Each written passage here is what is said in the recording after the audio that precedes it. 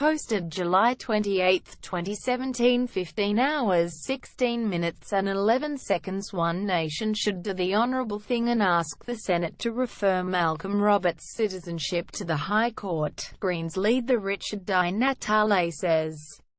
Key points. Greens leader says One Nation should ask High Court to rule on Senator Roberts' cloud remains over his eligibility because form shows he renounced British citizenship after election. Senator Di Natale calls for independent audit into eligibility of all members of Parliament when Parliament resumes next month. Senator Di Natale will ask the High Court to make a ruling on the two Greens who have quit the upper house because they discovered they were dual citizens.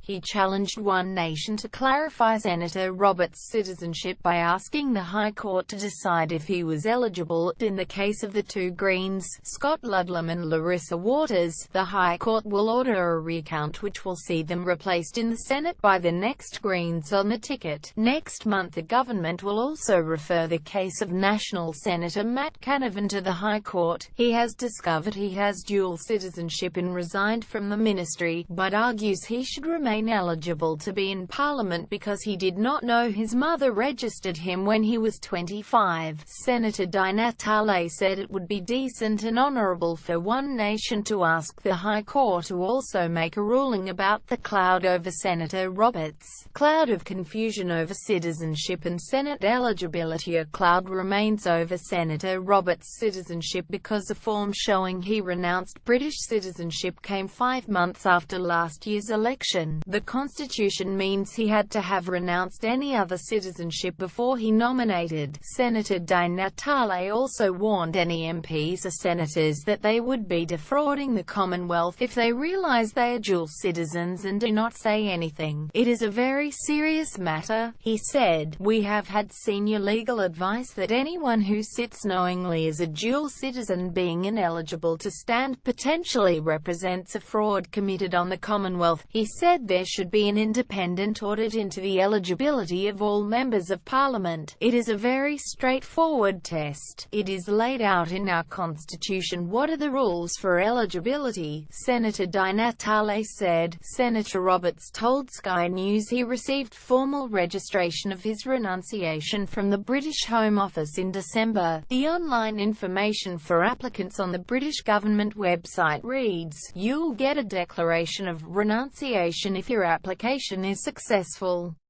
This will be your application form, officially signed and stamped. The date your citizenship status stops will be shown on the form." Senator Roberts has not revealed when the form says his British citizenship stopped.